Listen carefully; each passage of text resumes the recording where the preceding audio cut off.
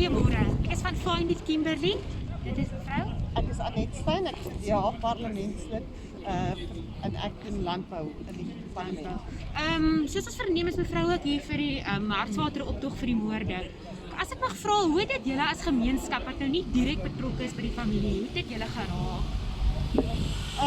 Die betrokkenheid vir my persoonlik wat te maak met landbou in Suid-Afrika vooruit van Noord-Suid, was 'n groot skok.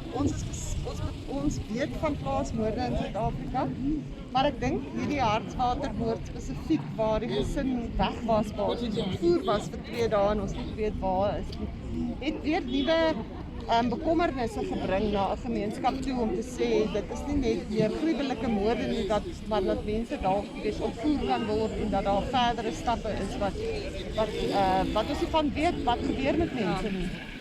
En is daar enige nuwe instellings wat julle het, buurtwagte of ander goed wat julle dalk nou anders te gaan doen, nou dat julle weet dat dit is nie, die moorde is nie net meer daar buite nie, maar dit gebeur nou hier in Hartswater?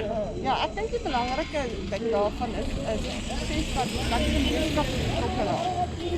Daar is heelwat veiligheidsgroepe betrokke, maar die skakeling tussen die groepe dink ek is belangriker.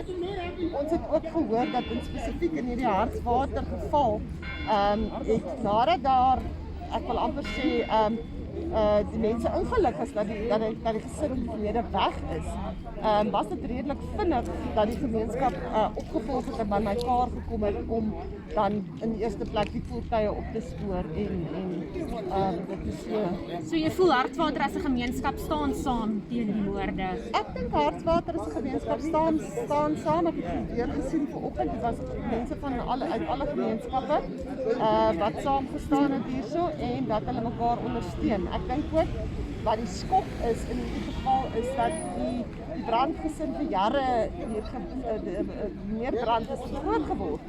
En die mense wat blykbaar die moorde gepleeg het, ook uit die gemeenskap kom. So ek dink dit maak nog baie keer 'n gemeenskap saam staan.